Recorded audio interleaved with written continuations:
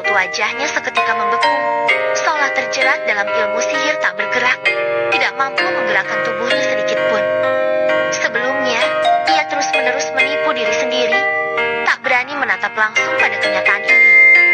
Namun kini, Yeven dengan lantang merobek tabir itu.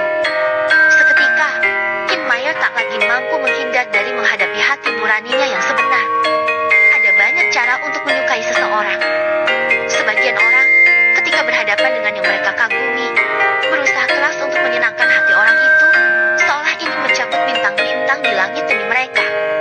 Sementara yang lain justru melakukan sebaliknya, selalu ingin bertindak menantang, berharap cara ini dapat menarik perhatian si dia.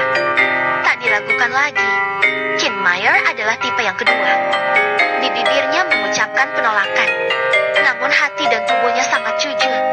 Kebalikan dari cinta bukanlah benci, tetapi ketidakpedulian. Andai ia benar-benar tidak memiliki rasa sedikit pun terhadap Yeven, pasti ia tidak akan secara diam-diam mengikutinya. Dan saat melihat Yeven akrab dengan Cumeng Yao, cemburunya tidak akan meluap begini. Ia pun tidak tahu, sejak kapan sebenarnya ada perubahan halus dalam hatinya terhadap Yeven. Hubungan mereka dimulai dengan tidak saling mengenal, pertemuan pertama mereka saja.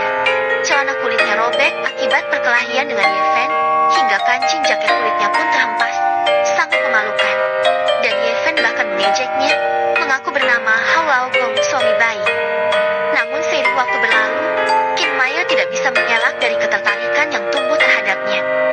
Kadang-kadang, wajah Yeven tiba-tiba muncul dalam pikiran Kin Mayer, menawarkan kehangatan yang tak dapat ia abaikan.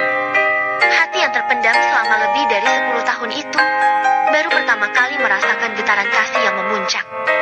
Namun kini, di hadapan pertanyaan Yeven yang begitu lugas, terhalang oleh rasa malu dan sifat angkuhnya sebagai gadis, Kin Mayer pun enggan mengakui perasaannya.